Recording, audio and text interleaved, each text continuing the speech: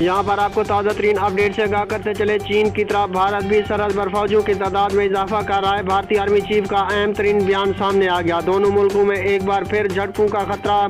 जी हाँ, हम आपको इस वीडियो में मुकम्मल तौर पर अपडेट से बताएंगे। इससे पहले कि अगर आप हमारे चैनल पर नए हैं तो हमारे चैनल को सब्सक्राइब कर दें और साथ दिए गए बेल आइकन को भी प्रेस कर दें ताकि हर नई आने वाली वीडियो आप तक बआसानी पहुँच सके।